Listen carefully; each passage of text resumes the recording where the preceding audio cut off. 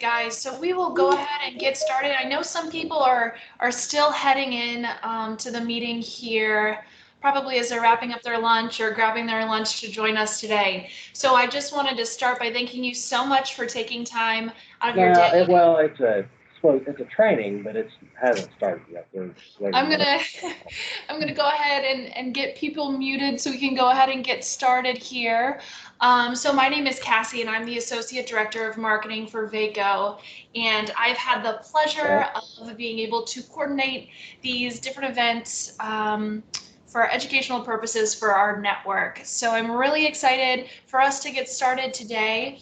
I will be putting everybody on mute, but if you do have any questions or thoughts throughout the conversation, please do feel free to put that in the chat.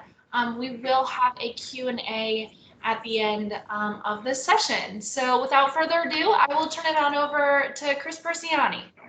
Well, thanks everybody for joining, including our guest, our specialist today, Jamie Bierman from, so we're very happy to have her. So kind of what we're doing is we're doing a two-part COVID era roundtable, and this is more of a lunch and learn. So our first one is going to be on navigating going back to work, and I thank everybody for being here. And then next week, we're going to do one more detailed on the PPP.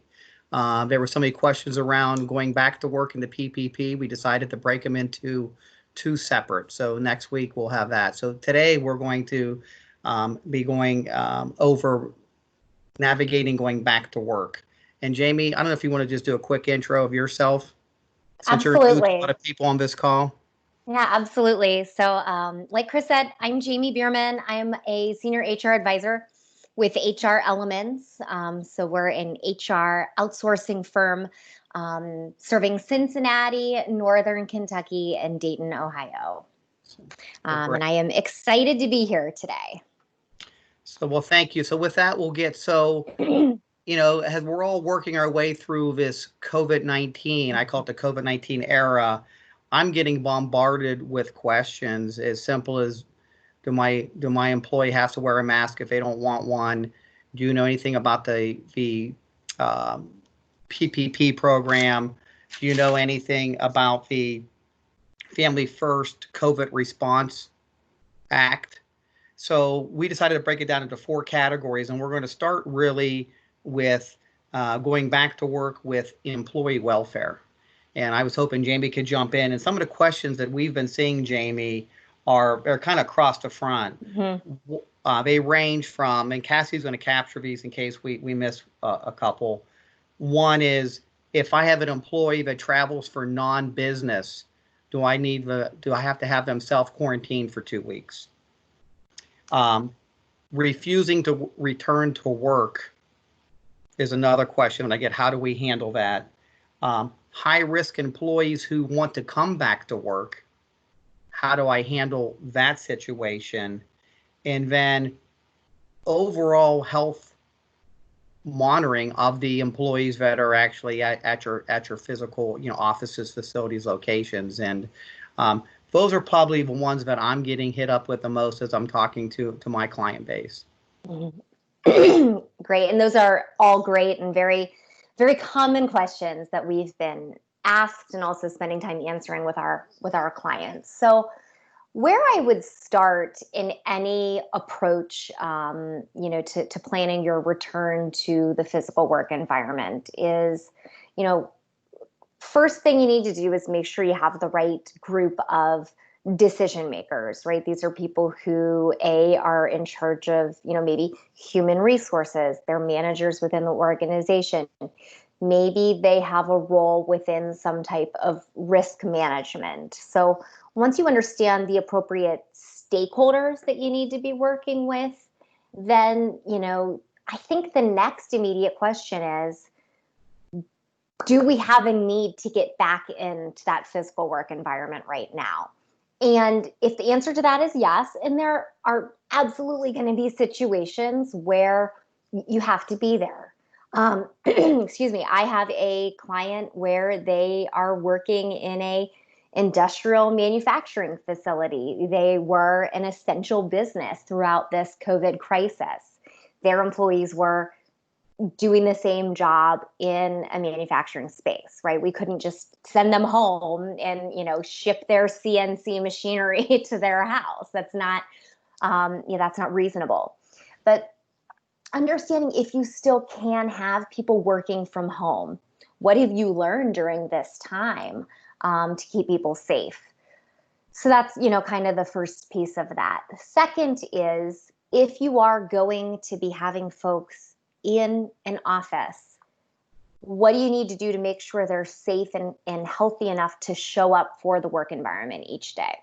So something that I've been doing with a few different clients is, a daily health assessment. So do I think I've been exposed? Do I have symptoms? How am I feeling? And what is my temperature?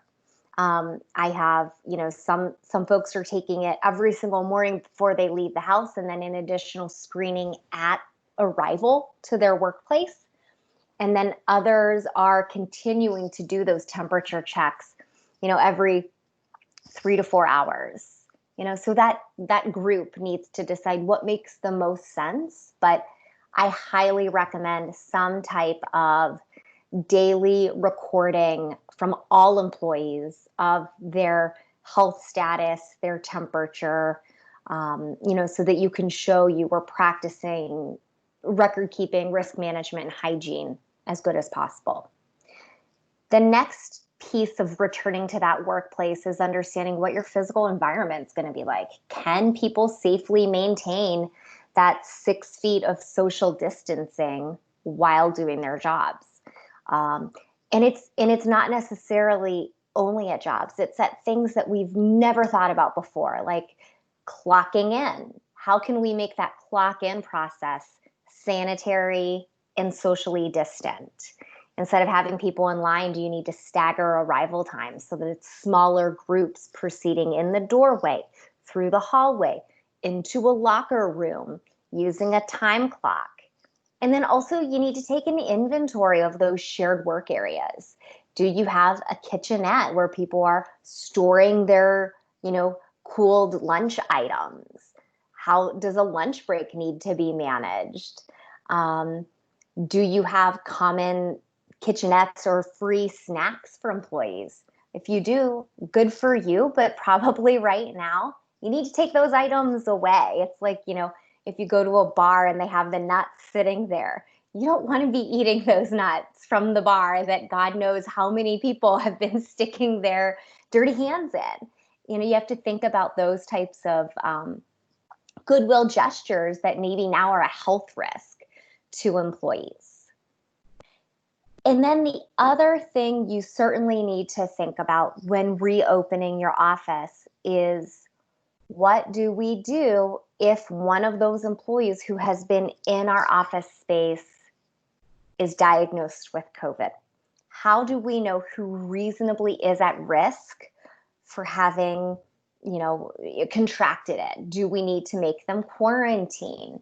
And what is that communication process to your other employees, but also customers, general public, depending on what your business does? Could they have put a risk to that population as well?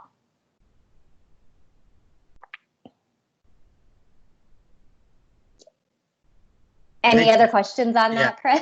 I think we come back. Just one question. I'll recap on somebody who travels abroad or travels for non-work related. That's a question I've been getting a lot lately, especially with the summer vacations coming up, going to places with, masked people. Can you give a little thought leadership on that item? Certainly. So, we've kind of graduated and I'm talking about as a state, weeks ago, if you drove on the highway, the interstate system, we were saying, hey, travelers, if you are coming into Ohio, you need to quarantine for 2 weeks. We are seeing a lot of employees maybe breaking out a little bit from that quarantine. They are starting to take more trips for pleasure, right? The best guidance, again, I think if you're safety minded and risk averse, is recommend to people that they quarantine. If they are able to work from home, let's make that possible so the business can be productive, but we also don't have that risk of infection in our workplaces.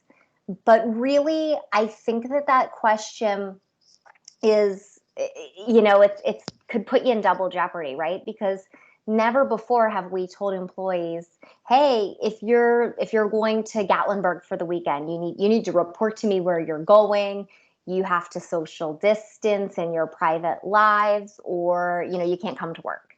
So this is a new phenomenon for us. So I think that within that group, again, those stakeholders, those decision makers within your company, you need to have an idea of what could that do for your culture, and are you really going to create more of an environment of secrecy and not reporting things if it feels like maybe there is a punishment, something that could impact their personal wealth or earnings if they can't do their jobs, versus having somebody work from home or just report where they went and not have a mandate to stay out of the workplace.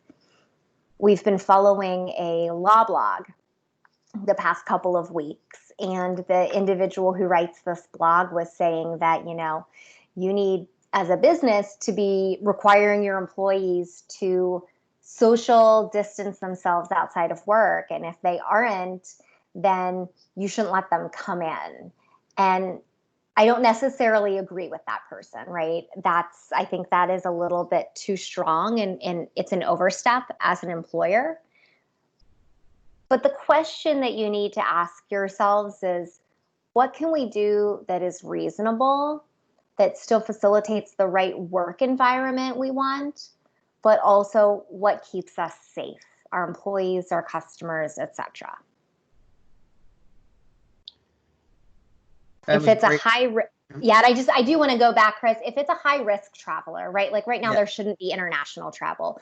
If somebody is going to Manhattan for fun, I don't know that I want to sit next to that person.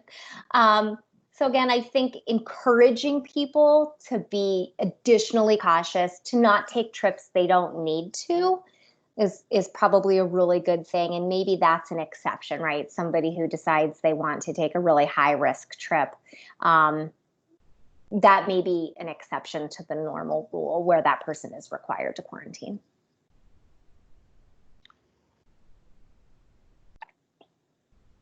All right. Thank you very much. Again, we'll be asking follow-up questions at the end. So there'll be a Q&A session at the end for those who have, I probably spent a whole hour on additional follow-up questions just on that topic alone. One that's a little bit more straightforward, but yet not, is the issue of masks. Every day that I pick up the paper, I see the CDC says something, then the WHO says something different, and then the state regulation for your reopening is different. So my question is, if you can kind of just put some clarity, if possible, to something that appears not to be clear on masks, and then kind of taking it to the question of what if you have issues with people wanting to wear masks at work, how do you manage that situation?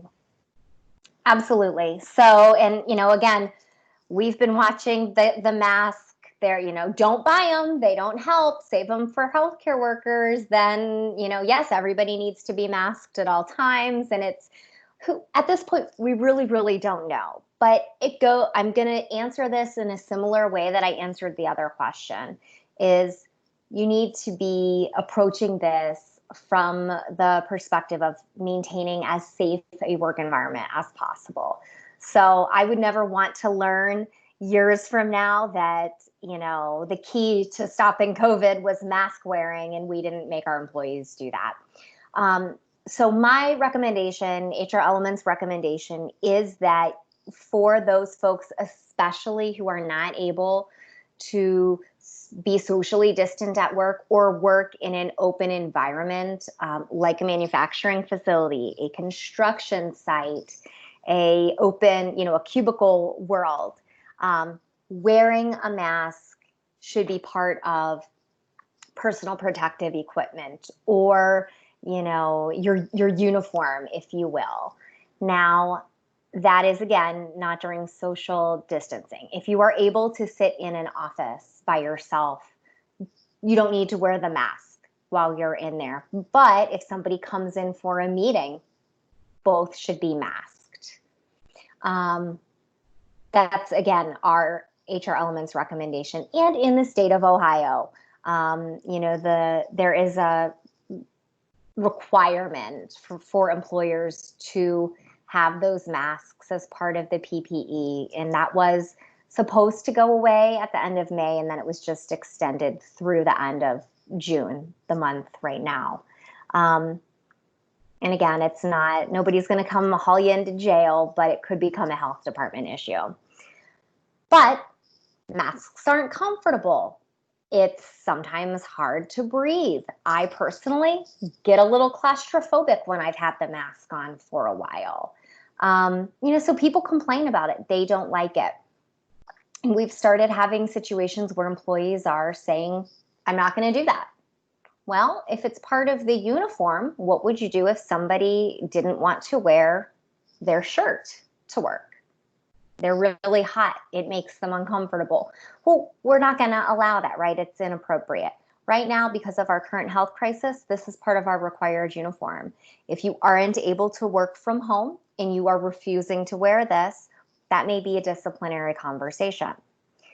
The other situation that we've had is employees who bring in a note from their doctor saying, I have a health situation that prevents me from being able to wear this mask.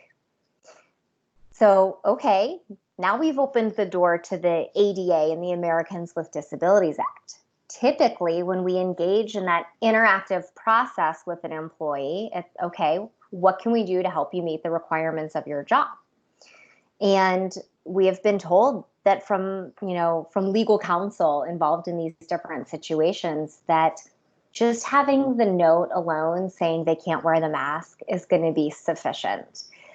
So it's interesting because we're not necessarily following the typical ADA interactive process where, the employer is able to say yes or no, we can or cannot accommodate that. The request to not wear the mask and to try real hard to social distance at work is being accepted right now as a legally compliant reason. So tread lightly. Yeah, that's a lot on the mask. I really appreciate that. So when I was preparing this COVID topic with everyone, I was kind of missed. Everybody was focused on the PPP, the Payroll Protection Program Act. And I kind of learned more through a process about an acronym called the FFCRA, which is the Family First COVID Response Act, and how it applied to smaller businesses and their ability to leverage this to provide different benefits to their employee base that, during this COVID era. So I was hoping twofold. One will not be a question, if I can form it in the shape of a question, and one will be a question on first, if you could actually define with some this Family First COVID Response Act is and how it applies. And then we can kind of maybe get into some questions after that. I'll tee some up if you don't take me there on your own. Absolutely. And in a couple of things, it's going to be a little bit backwards, but this employee rights poster, everybody should have this posted in their workplace and should have shared this with employees. If you haven't yet, you're late. This was supposed to go up by April 1st. But again, you can backtrack and we can make sure that you're compliant. But essentially, the Families First Coronavirus Response Act, or the FFCRA, requires employers with less than 500 employees to offer a couple of types of leave to employees. And so the poster is, I love it. I think it's very helpful. But there's 6 qualifying reasons for leave. And so those 6 reasons are that the person is subject to federal, state, or local quarantine or isolation order because of COVID. The second is if they've been advised by their healthcare provider to self-quarantine. So a good example of when that might happen is, I feel fine and healthy, but my husband, who I live with, who I'm around all the time, has been diagnosed with COVID. Probably a good idea for me to not go around to anyone, because my chances of having it or maybe being asymptomatic but able to spread that virus, pretty high, right? I should not be going to work. If the third reason is that maybe somebody is experiencing symptoms and they're going through that testing process and are awaiting a diagnosis from the doctor. We want those people to stay home. We don't want them coming to work.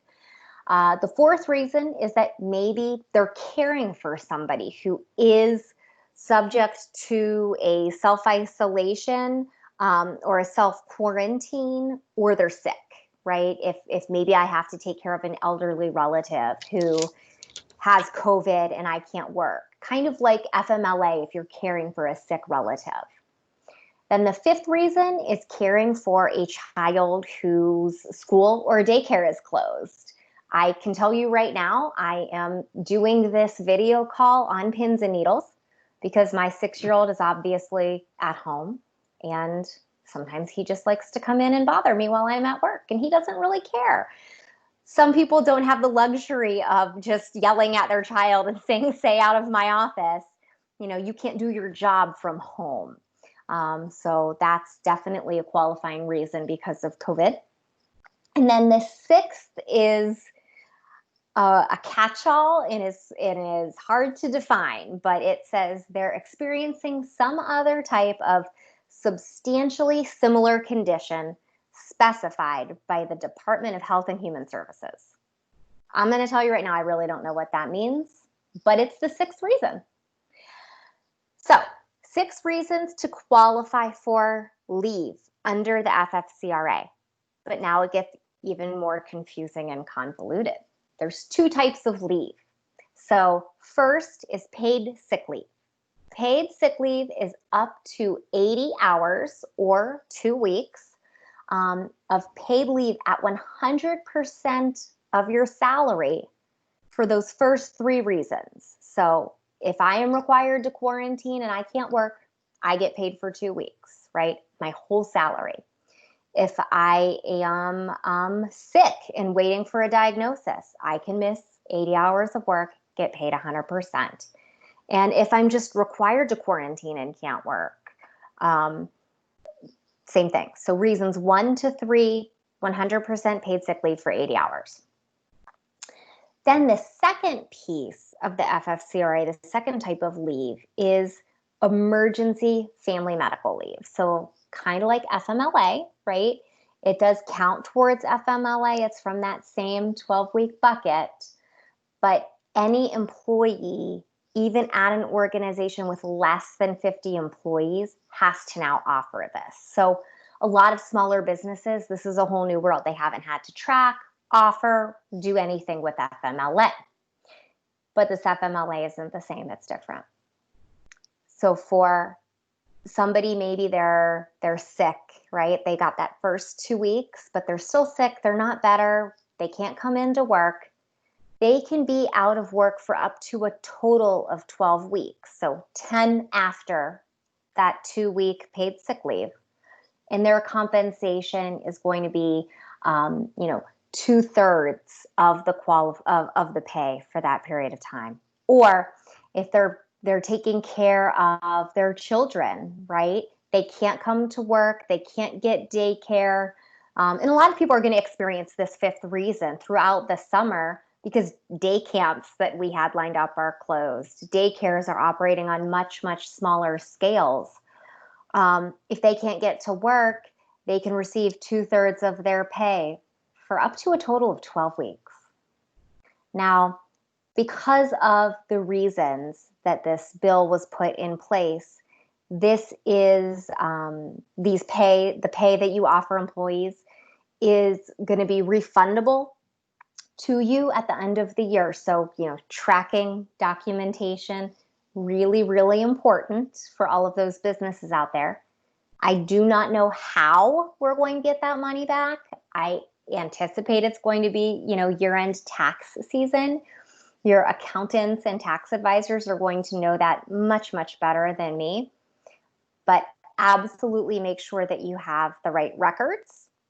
And I think a couple other really good best practices for a business is to have one point of contact who is talking to people about their need for paid sick leave, is giving them the forms, the request forms, is tracking that time, and so on. One point of contact so that you have consistency throughout the company.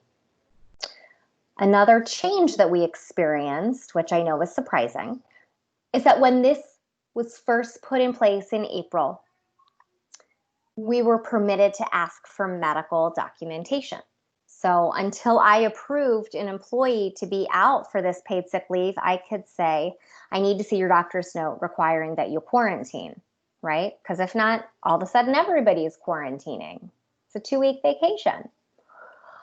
But that opinion has been overturned. So an employer cannot require documentation to use this paid leave for any of the reasons. Another thing that's really important to note, and companies are very confused. I still had this conversation this morning with one of my clients. They have paid leave, paid sick time for their employees. And they're like, why don't we just have them use that first? You can't do it. You cannot tell an employee that they have to use PTO first, or sick time first, or go out on short-term disability. If they request this leave, they can use this leave. An only exception would be if they were hired after March 1st of this year, they're not eligible. Or if your organization is small enough that you have applied for an exception or an exemption under the FFCRA, you can not have to offer and provide this paid leave to people. You will have to prove that it's a hardship for your organization, but I do have a couple clients who were able to do that. Clear as mud, right? No acts that the government puts out are easy. So, I guess they're very consistent with everything else that they put out. Lots of layers, lots of interpretation. Lots of layers. Before we open it up to the audience, I think we're running up on that time. My last questions were really kind of where I've been asking, you've been kind of addressing it along the way, was what are the best practices? What are the best practices in opening up my physical facilities? What are my best practices with employee welfare? Checking in with them, even just a mental check-in. We're talking about physical check-in, right? And then, of course, if you're under the 500 employee, which in Cincinnati, our backbone is small mid-market businesses. I mean, there's literally thousands of companies that have to deal with the FFCRA Act. What I heard from you earlier, and if you can expand upon any other best practices, one is having that executive committee to really help you determine some of the things we walk through today, if it's applicable, to your organization. What other best practices would you recommend for businesses that are being impacted by literally, air quote, all of this?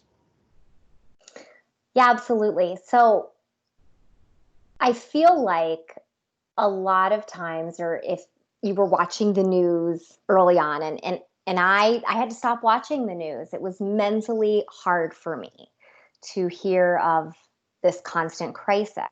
And it was a very stressful thing. We're hearing about people losing their jobs. We're hearing about organizations maybe not reopening. They don't have enough money. They didn't get approved for a PPP loan. It's scary. And for those of us who went through the economic crisis, just over 10 years ago, I mean, we still have that kind of lingering in our heads. We remember that, and it was scary. We remember maybe watching our parents struggle, as we have more of those millennials in the workplace now. They saw it through a different lens. But we need to make sure, as organizations, as managers, as HR professionals, that we're checking on our employees. So we've talked about a lot of policies, processes, nuts and bolts, if you will. But the one thing I would really recommend employers not lose sight of is having that human touch with their employees. Schedule a happy hour over Zoom, schedule one-on-one check-ins. And instead of saying, hey, let's talk about your objectives, it's how are you doing? Is there something I can help you with? How are you handling working from home? Because everybody has had different experiences. And in just like speaking with my brother, he and I couldn't be more opposite with our social styles. He is a extreme introvert and he's a certified financial planner. He works from home. He talks with his clients. He's fine. He kind of likes it. I am struggling. I need to be with people. I miss seeing my clients in person. And it's tough. So just those different experiences, or maybe we don't have an organization where we have the luxury of doing video chat. So we're doing everything over the phone, or having our kids home is really hard for us, or our spouse is struggling. There's so many different things that could be going on. Check on the humans in your workplace and, ask them how you can help. Showing that you care really goes a long way. That's great. That's great. Cassie, I'm going to turn it over to you right now. And we actually have a couple of questions in the chat that I wanted to put out there. Bill asked a couple of really, really great questions. So I'll start with the first one. So do you recommend daily temperature checks? And if so, at what temp do you send them home? So the CDC recommendation is anything at or above 100.4 degrees. Good. And that's the one I'm following. Perfect. And I do recommend daily. Yep. Okay. Great. And so for, and this is kind of a question that I had while we were going through this conversation. So you mentioned a law blog that you all are following to help, keep you kind of up to date on what to do. So what other outlets do you suggest, maybe leaders that aren't necessarily in HR, but do want to be up to date on some of these policies? Yeah, so I always recommend for more of an employer taking a look at any policies on SHRM, which is the Society for Human Resources Management, shrm.org. Sometimes their information is only for people who have a paid membership. But I would also be remiss if I didn't mention that HR Elements, we have a whole COVID section on our website. Even the FFCRA poster I had shown, that's available on that website. Lots of good information, and that's for free. So certainly an option to keep in mind. But then also your local health department is a great resource. Awesome. Thank you. And I will definitely be following up with an email. So I will include these resources that Jamie has mentioned. So you can follow those. So the next question that I have is, how do you recommend handling non-employee visitors to your business, such as sales, delivery, anybody else who might be coming into your office? And that is a great question. And I recommend that those individuals be treated just like your employees. So if you have temperature checks to be granted access to a building or the property, anybody, a delivery person, a visitor, they should be going through that same exact process. If people are required to wear masks, have some available to give to those visitors. They all need to be practicing the same rules and policies for a safe and sanitary environment as anybody else. Awesome. And then another question here, which is a good follow-up to the temperature. So if someone's tests out of that 100.4, can an employer require a COVID test for that person? Yeah. So the answer to that question is no. And the reason is, kind of twofold. One, we as employers have absolutely no pull over what the actual doctor is going to do. We've seen that the opportunities to get tested certainly are increasing as we get more supplies, but the health, health department and our medical practices have different processes they're following to determine who needs to get an actual COVID test. What you should require, though, is that somebody stay home for at least, they need to be fever-free for 24 hours before returning to work. And just for additional clarity, that is fever-free without the use of like a Tylenol or Advil, like just naturally fever-free. Yeah. All right. Definitely a lot to think about. Mhm. What other questions? Does anybody else have any other questions that we wanted to share with Jamie? And feel free at this time, if you want to unmute yourself and actually ask it over video, feel free to do that. Great, thank you. Yeah, I think that this has been, I've learned a lot. I think this has really been super informational. We can all understand that some of this can be confusing and a little overwhelming at times, but this has been wonderful, Jamie. Thank you. Great. I'm very Yes. happy. Yeah, first I want to thank everybody for attending. And again, there's a part 2 next week on the PPP, and we'll dive a little bit deeper into that. And some of these topics will, interweave a little bit. But this has been great. And please feel free to ask additional questions, and we'll get Cassie will capture and get them out. And Jamie, I can't thank you enough for providing some clarity to something that nobody expected in January of 2020. We'd be having this type of dialogue. So thank you for your expertise, but your ability to touch ground with some real world, answers and best practices. So thank you. My pleasure. Well, Cassie, I think that's it. Yep. Thanks, guys. Thank you. We have recorded this conversation, so I will definitely be sharing that out as well if you want to look back, if there are some things you didn't catch in your notes today. But we really, really appreciate it, and have a great rest of your week. Great job, guys.